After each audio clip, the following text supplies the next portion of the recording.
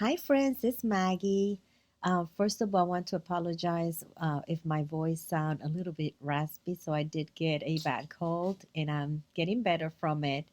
But I did want to show you before going into the video the little Rolodex that I ordered in the cars that I have been working on. My purpose is to see if I can, if I use a focal point on the card to put it on the, for instance, if it's a butterfly, put it on the B. If it's inspirational, on the I. If it's flower, on the flower. So I have a couple of the cards here that I have worked on, and I wanted to share that with you guys. So you guys can see how it's coming along. I think this is going to work. I just need to be very faithful in taking the time down to go through my scrap papers and creating these little cards to continue to build this up. So under the B for butterfly, I created this card here. If you can see, I have this type of texture here is from a craft paper. I don't know if you can see it, but what I did is I cut it out and placed it in here just to create a different kind of a texture on the card.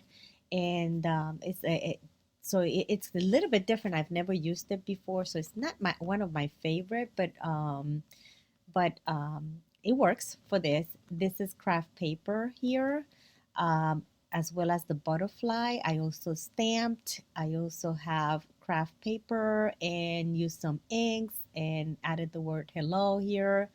And so that's the card, the very first card I did. So hopefully I'll get better as I go on. Under flowers, these I like a little bit more.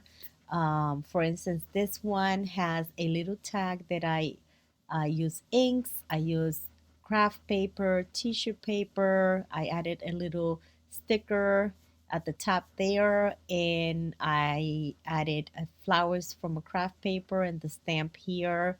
You can skip and be unhappy at the same time. And then this part here is from a notepad which have those flowers, and I thought that was beautiful, so I ripped it and glued it there. So you take everything and you put it on a card and you create something. So this one I like. um, I added everything I can, you can add into this little card. The second one that I have here is also under flowers because I have a sticker flower there. I use again the craft paper. I use tissue paper. That is a face from one of the books of Jane Davenport. I cut it out and placed it there. I even use a tissue napkin, a napkin dance. It's also from Jane Davenport. I added there. You seen this one? And then on the inspirational, I have this little calendar that has like verses from the Bible, or I would find little quotes that are inspirational. So I'm going to put those cards on the I for inspirational.